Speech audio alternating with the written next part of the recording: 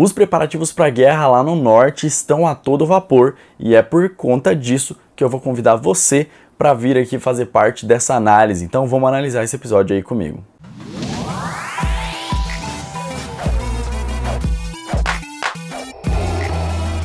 Saudações antarianos e antarianas, eu sou o Gustavo Lopes. Segundo episódio aí da 8ª e derradeira temporada de Game of Thrones, estamos aqui para analisar. Antes de começar essa análise, vou pedir aí, deixa o like agora já no início do vídeo, senão você vai se esquecer e vai deixar a gente sem o nosso pagamento, que é o like. Peço para você, se você não é inscrito, se inscreve no canal também, acompanha a gente em todas as nossas redes sociais. Eu sempre deixo o link, todos os links na descrição desse vídeo aqui, então você pode acompanhar a gente lá, falando sobre Game of Thrones e um monte de outra coisa. Ativa o sininho aí também, porque quando você ativa o sininho, você recebe notificações e aí tudo que é vídeo que a gente postar, seja de Game of Thrones, de Vingadores, de DC, de Senhor dos Anéis ou qualquer outra coisa que for ter, você vai receber a notificação e vai ficar por dentro de tudo. Bom, eu não quero enrolar muito para fazer essa análise, porque tem muita coisa para falar. Então, basicamente, esse episódio foi um episódio onde a gente tinha muitas pontas soltas, ele foi amarrando tudo, uma por uma, e fechou o arco de alguns personagens. E esses personagens, por exemplo, já estão prontos para morrer a partir de agora, porque as pontas foram todas amarradas e os personagens agora têm seus arcos fechadinhos, não tem nada. Se ele morrer, não tem nada para trás. Foi um episódio muito bom, sem ação, mas muito bom, que conseguiu construir várias dinâmicas de personagem. A gente começa, por exemplo, com o julgamento do Jaime, né? O Jaime tá ali numa situação muito desfavorável, ninguém quer ele ali, ele é um Lannister e ele fez muita coisa ruim pros Stark e pros Targaryen, e ninguém gosta dele. A Sansa e a Dany começam concordando, elas não querem que ele seja livre de forma alguma, elas querem que ele sofra por todos os crimes que ele cometeu, porém a Brienne sai em defesa dele e fala que ele é um cara gente boa, então ele merece sim o perdão. E então a Sansa muda de ideia junto com o Jon quer o Jaime lutando ali pelos vivos. A Daenerys, por sua vez, não muda de ideia, mas ela acaba ouvindo ali os conselhos da galera, então ela decide que o Jaime está sim aceito ali no exército dela e agora ele serve a rainha Daenerys. Outra coisa que eu quero chamar a atenção é pra Daenerys, o quanto a arrogância dela tá ficando grande nos últimos episódios, né? A gente tá vendo que realmente ela não tá ali para lutar, para defender aquelas pessoas e lutar pelos vivos, diferente de quase todos os outros que estão ali em volta. Ela continua brigando com Tyrion pelos erros que ele cometeu por conta da guerra para o Trono de Ferro. Essa é a guerra que ela realmente se importa. É como se essa guerra que ela está lutando agora, fosse uma pré-guerra antes da guerra que ela quer mesmo vencer. Então isso não é legal, porque afinal de contas eles estão lutando contra a morte. E ela parece que não se entregou direito a essa causa do Jon aí. Logo em seguida a gente vê a Arya sondando Gendry, a gente percebe que existe uma tensão entre eles, a gente sabe que os dois se gostam, a gente viu isso um pouco no episódio passado, que os dois têm um certo carinho um pelo outro, mas os dois são muito durões, então ninguém vai admitir que gosta um do outro ali. Então a Arya fica sondando ele ali, o Gendry tenta proteger ela, não vou fazer essa sua arma aí, porque vai que você morre, né, e tal. Mais ou menos isso que ele quis dizer, e a Arya mostrou pra ele que ela não é mais uma menininha, ela não é aquela menininha da segunda temporada quando eles se conheceram. Na realidade, hoje ela é uma puta guerreira, uma das melhores que existem em Westeros, e ela é completamente capaz de lutar. Então ela prova isso pro Gendry e ele passa a admirar muito mais ela e vai fazer a arma dela. Uma coisa que eu preciso chamar atenção é justamente para essa arma aí. No episódio passado eles já mostraram isso, aí agora em duas ocasiões a gente tem essa arma mencionada ou aparecendo. Então ela é realmente muito importante, a gente pode esperar muito dela. Logo depois a gente vê o Jaime encontrando o Bran, e aí a gente tem um primeiro fechamento de arco do Jaime, né? E também é um fechamento de arco do Bran ao mesmo tempo, fecha o arco dos dois, pelo menos nesse sentido.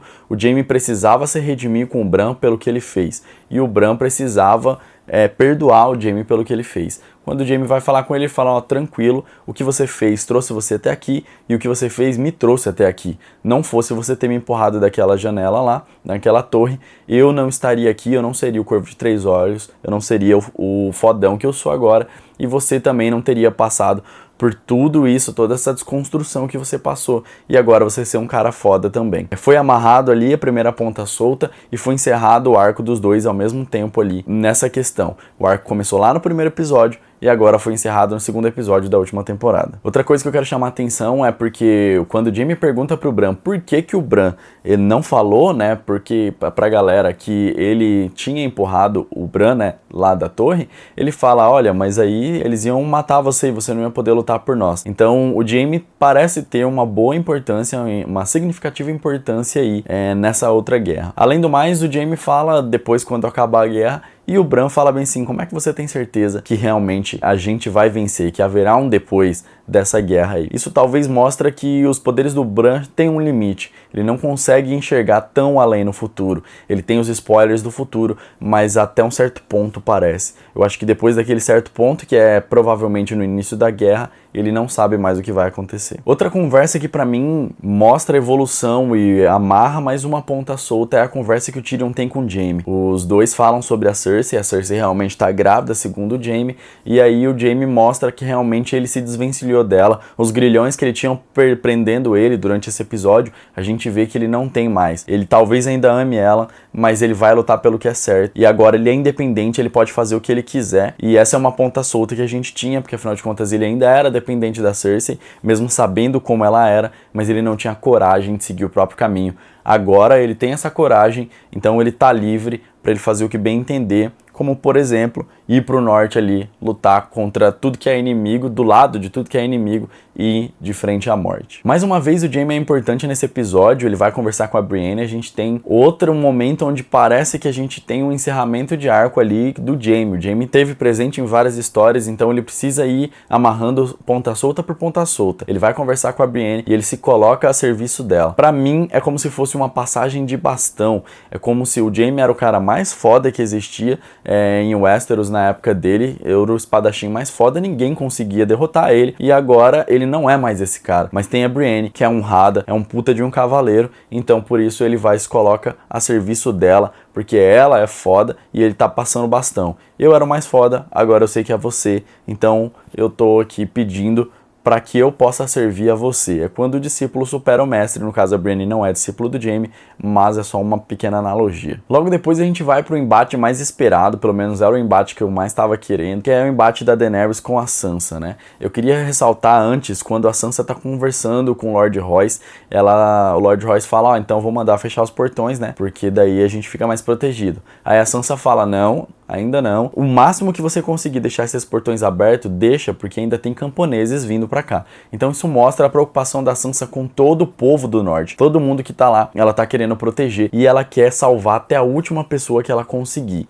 Então ela tem todo um compromisso com o norte. Então eu queria chamar a atenção para isso. Logo depois a gente vai para esse embate entre elas, né? E aí a Daenerys quer tranquilizar a Sansa ali, fazer um jogo político para Sansa não ficar do jeito que ela tá, né? Toda essa parede de gelo que tem entre a Sansa e a Daenerys. Só que a Daenerys vai visivelmente com uma máscara para conversar com a Sansa. E máscaras não funcionam com a Sansa, porque ela já viu muitas e ela já viu muitos rostos por trás das máscaras. Então ela sabe. Então de início a Sansa até começa conversando de igual para igual com a Daenerys e tem uma hora em que o jogo de câmera é bem evidente quando a Daenerys está falando ali sobre o Jon e sobre que ela abandonou a guerra dela para lutar a guerra do Jon e por conta disso o Jon estaria manipulando ela, a gente vê a máscara na cara dela e eu preciso elogiar muito a Emilia Clarke por essa atuação e eu preciso elogiar muito a Sophie Turner pela outra atuação, porque quando a câmera foca na Emilia Clarke, a gente vê a máscara e quando a gente vai pra Sansa, a gente vê a máscara dela subindo, porque ela precisa jogar o jogo para ela entender tudo que tá acontecendo. Então ela começa a jogar com a Daenerys e daí ela, me desculpa, é isso mesmo, eu devia te agradecer e tal, mas e o norte? E aí a gente vê de novo a arrogância da Daenerys aparecendo, que a máscara dela cai na hora quando a Sansa fala que o norte quer ser independente. Então aquela máscara cai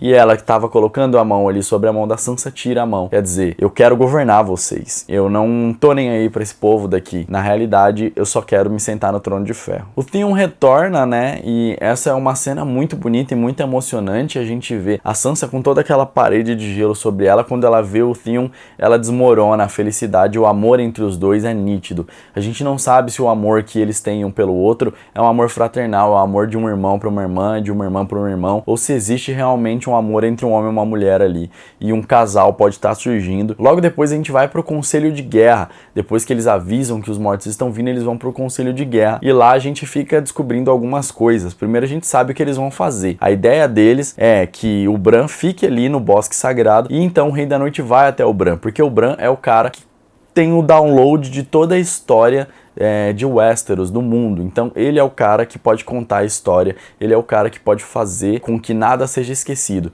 E o Rei da Noite, na realidade, quer que tudo seja esquecido. Ele quer a longa noite de volta, ele quer as trevas de volta, e o Bran tem a luz. O Bran é o cara que tem a sabedoria e ele pode espalhar para o mundo, e é uma coisa que o Rei da Noite não quer. Então o Rei da Noite tem como principal inimigo o Bran. Então eles precisam usar o Bran como isca, só que eles não podem deixar o moleque sozinho. Então por isso o Theon vai com ele, né, pra fazer essa parte de proteção, e também os dragões precisam proteger o Bran. Mas aí tem outro problema, eles não podem deixar os dragões do lado do Bran, porque senão o Rei da Noite não vai, ou pode, por exemplo, matar os dragões. Então eles precisam estar numa distância segura o suficiente a ponto do Rei da Noite poder ir até lá, e seguro o suficiente a ponto de em um mergulho os dragões conseguirem, por exemplo, destruir o Rei da Noite. Logo depois eu preciso chamar a atenção para uma conversa, porque todo mundo sai da sala e daí a gente vê que o Tyrion quer conversar com o Bran. Ele vai falar, vai, me conta sua história. O Bran fala, minha história é muito longa. Não, eu tenho tempo, vai, fala aí. E isso eu achei muito interessante pra mim. Aí o Bran tá amarrando outra ponta solta. O Bran é um cara que sabe de tudo, que pode salvar tudo e que pode ter tudo que é informação. Quando o Bran conta a história dele e muitas das coisas que ele sabe pro Tyrion, é como se ele estivesse fazendo um backup no Tyrion. Ele tem toda a sabedoria, e se ele for morto, a guerra acabou, porque a sabedoria do mundo acabou. Mas e se outra pessoa souber também? E se eu pegar e fizer um backup, se eu colocar em um HD externo, se eu mandar pro Tyrion toda essa história que eu sei, pelo menos partes importantes, eu contar tudo isso, como é que vai ser? Então eu acho que ali a gente teve uma amarradinha ali pro Bran poder morrer, porque eu imagino que ele vai morrer, e o Tyrion poder carregar aí essa história do Bran. Então eu acho que foi exatamente isso, fechando mais um arco ali pro Bran e amarrando mais uma ponta solta. Logo depois a gente vê a Missandei indo falar com umas crianças, as crianças vazam, o Verme Cinzento fala, ó, sou leal à minha rainha e tal, mas não quero ficar aqui, pra onde a gente vai? E isso é interessante, o roteiro tá tentando fazer a gente acreditar num futuro, tanto pro Verme Cinzento quanto pra Missandei, os dois juntos. E eu acho que o roteiro faz isso justamente pra depois jogar a pá de cal em cima da gente. Eu acho que ou a Missandei ou o Verme Cinzento, ou os dois vão acabar morrendo. E eu acho que eles projetarem um futuro faz a gente gostar disso. Nossa, que legal, eles vão ser felizes para sempre, quando na realidade não é bem isso que acontece. Então eu acho que essa iteração é isso, construir um futuro para eles que na verdade nunca vai existir, que é pra galera depois ficar triste pelas mortes que vão acontecer. Eles não podem matar qualquer um, então alguns personagens que eram um pouco secundários, eles têm que levantar a importância para morrer e a gente poder ficar triste. Outra coisa que eu quero ressaltar é o seguinte, o Verme Cinzento, depois que fala que eles podem ter um futuro, pergunta para ela o que ela gostaria de fazer. Ela fala que ela gostaria de voltar para Naath, que ela tem saudade de ver as praias lá da ilha de Naath. Mas uma coisa que é interessante é que na hora que ela fala isso, bem nesse momento, quando ela vai falar, ela olha para baixo, mais ou menos para os pés dela. E eu preciso lembrar isso no primeiro episódio lá da primeira temporada, quando a Catelyn pega o Bran que tá escalando e fala pra ele, ó, promete pra mim que você nunca mais vai escalar. Ele olha pra baixo, pros pés dele e fala, prometo. E aí a Catelyn fala, você tá mentindo, porque toda vez que você olha pra baixo, pros seus pés, você está mentindo, eu te conheço, eu sou sua mãe. E o negócio é que na temporada passada teve uma coisa muito estranha com a Missandei, que a gente não sabia o que tinha, tem algum mistério em torno dela, porque o Davos tentava falar com ela sobre Naath e ela fugia desse assunto. Então há alguma coisa sobre a identidade dela, muito provavelmente, que a gente não sabe. E talvez essa parte dela olhar para baixo seja justamente uma referência dessa mentira dela, que eu particularmente acho que vai ser resolvido lá nos 2 últimos episódios ali na batalha contra a Cersei. Preciso chamar atenção para a cena seguinte também, que aparece o fantasma. É uma cena onde tá o Jon, o Ed Doloroso e o Sam, e o fantasma, né? Eles estão ali na muralha e aí eles têm toda uma reedição ali da Guarda da Noite, já que eles ficavam na muralha tentando impedir a muralha de cair. Mas aqui eu quero chamar a atenção realmente pro fantasma, que não aparecia desde o terceiro episódio da sexta temporada. Uma das melhores cenas que existe nessa série é com certeza a cena da lareira, uma cena que vai e volta. Ela é muito boa, todo mundo que tá ali já foi inimigo um do outro em algum momento, eles já lutaram contra os Starks, eles já lutaram contra a morte, todos agora eles estão juntos, são amigos e estão lutando contra a morte mais uma vez, cada um deles ali com sua história.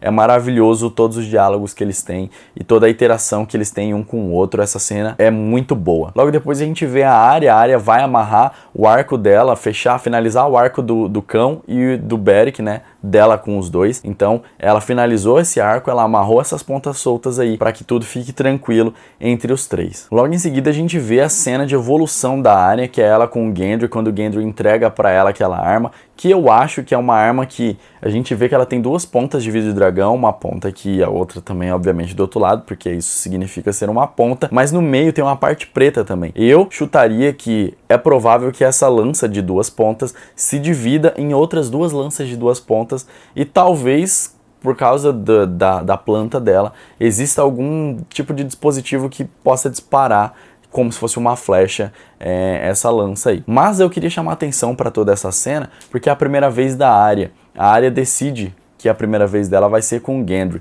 E aí, o que eu quero chamar atenção é que essa é uma reedição e é para mostrar a evolução realmente da cena lá do primeiro episódio da primeira temporada, quando a Arya pega um arco e uma flecha e atira bem no alvo a flecha. Ela é uma menininha, uma garotinha boba ainda, e agora ela já é uma mulher completamente crescida, com 18 anos, tá fazendo a mesma coisa, mas a cabeça dela é outra, e ela decide, não, tá na hora de eu ter a minha primeira vez. Ela gosta do Gendry, ele gosta dela, e os dois têm ali a primeira vez, que eu achei uma cena muito bonita. Eles conseguiram manter ela forte, não sexualizaram a menina. Eu li algumas pessoas falando que tinham sexualizado, eu não achei, eu discordo completamente. Não acho que ela foi sexualizada, nem fragilizada, de forma alguma. Ela cresceu muito e essa cena não diminui ela de forma alguma. Outra coisa que eu quero chamar a atenção é que depois de 7 temporadas, a vontade do Robert finalmente foi feita, ele conseguiu unir a casa Stark com a casa Baratheon, né? Então a gente tem Arya Stark e Gendry Baratheon juntos ali. Então as casas estão unidas ali depois de 7 temporadas. Depois a gente volta pra lareira de novo, é a cena onde a Brienne vai ser ali nomeada cavaleiro, né? O Jaime, mais uma vez pra mim, o Jaime tá amarrando o arco dele com a Brienne ali, ele tá passando o bastão, e isso é uma coisa muito legal mesmo, porque ele vai e ele honra ela como um cavaleiro, então ele dá a maior honraria que ela poderia receber de alguém, e pra mim isso já é mais uma vez passar o bastão, entendeu? Ele era o cavaleiro foda e agora é ela ainda não era o cavaleiro, mas ele vai nomear ela. E essa cena é muito bonita e muito emocionante. E é mais uma vez arco se encerrando e ponta sendo amarrada. Depois a gente vai para encerrar o arco e amarrar as pontas soltas do Jorah. O Jorah, ele é um cara que estava em desgraça. Por quê? Porque ele estava vendendo escravos e aí o Ned Stark perseguiu ele e queria a cabeça dele porque isso era um crime. Por conta disso o pai dele foi exilado e acabou indo para a muralha para pagar pelos crimes dele, e ele deixou Garra Longa, que era a espada ancestral de aço valeriano da Casa Mormont, para trás. Então ele sabia que ele não tinha mais o direito àquela espada de aço valeriano. Porém ele cresceu, ele se redimiu, ele serviu a rainha, ele serviu um ideal, ele fez um monte de coisa, e depois de tudo isso agora ele tem de novo uma espada de aço valeriano, uma espada ancestral, que é a veneno do coração, que o Sam dá para ele. Arco encerrado, redenção concluída, Jorah já pode, por exemplo, morrer tranquilo. Voltamos para a lareira e para mim essa foi a cena mais emocionante que teve, né, no episódio, que é quando o Podrick vai cantar uma música, a música de Jenny de Pedra Velhas, né, que é uma personagem muito importante nos livros, e eu vou fazer um vídeo, essa quinta vai sair um vídeo sobre ela, sobre essa música, eu analisando tudo, não tem como fazer aqui, senão ia ficar muito extenso. Mas já adianto que Jenny de Pedra Velhas é um personagem tão importante que é a partir dela que tudo se desenrola, e é por causa disso que Jon existe, é por causa disso que Daenerys existe, e um monte de outros personagens existem aí, e existe essa guerra pelo trono. Então ela é muito importante e essa música tem um monte de referência legal que eu vou fazer análise na quinta-feira. Logo depois a gente vai para a cena mais importante em teoria, que é quando o Jon precisa revelar para Daenerys quem é ele, né? Ele tá ali na frente da estátua da mãe dele, a Lyanna Stark, e aí ele revela para Daenerys que ele é Aegon Targaryen. Naquele momento a Daenerys já fica assim, tipo, como assim? Isso não pode ser verdade. Mas ela não pensa em nenhum momento em nada além do trono. Na hora que o Jon fala aquilo, ela fala, mas se isso for verdade, você é o último herdeiro da casa Targaryen, então você tem direito ao trono. Na hora, ela já associa o Jon ser um Targaryen com o direito ao trono. O Jon até fica um pouco assustado na hora. Então, ela não tá ali por aquela guerra, ela não tá ali para lutar pelos vivos, ela não tá ali para lutar contra o Rei da Noite. Ela só quer o trono. É a única coisa que importa para ela. Ela fez tudo pelo trono. Ela diz amar o Jon, mas na realidade o que ela ama é o trono e é o que ela quer. O trono de ferro, mais nada vai importar. E aí, aquela sementinha do mal que o Sam plantou, pra mim já tem resposta e ela é irrefutável. O Sam perguntou, você, Jon, abriu mão da coroa pelo bem do povo. Agora eu pergunto se ela faria a mesma coisa. É evidente agora que não, ela não faria a mesma coisa. E ela só vai fazer se ela tiver uma evolução muito grande nos próximos episódios, para ela abrir mão da coroa dela e deixar o Jon, que é o cara que tem direito ao trono, sentar no trono de ferro e governar o Westeros. Sem muito tempo para eles discutirem muito, o exército do Rei da Noite chega, já começa toda aquela gritaria, toda aquela correria, e aí eles precisam ir para os seus postos de batalha, e só no domingo que vem que a gente vai descobrir o que vai acontecer aí, quantas pessoas vão morrer e tudo que pode aí acontecer de ruim e de bom também nessa série. Bom, pessoal, esse foi o vídeo de hoje, eu espero que vocês tenham gostado. Acho que deve ter ficado meio longo, mas eu tentei fazer uma análise objetiva, porém com bastante detalhes para vocês. Não percam o vídeo de amanhã, inclusive, terça-feira eu vou falar sobre Vingadores Ultimato, e não percam o vídeo de quinta-feira que eu vou falar sobre a Jaine de Pedra Velhas. Então, muito obrigado para todo mundo que assistiu esse vídeo até aqui e até a próxima.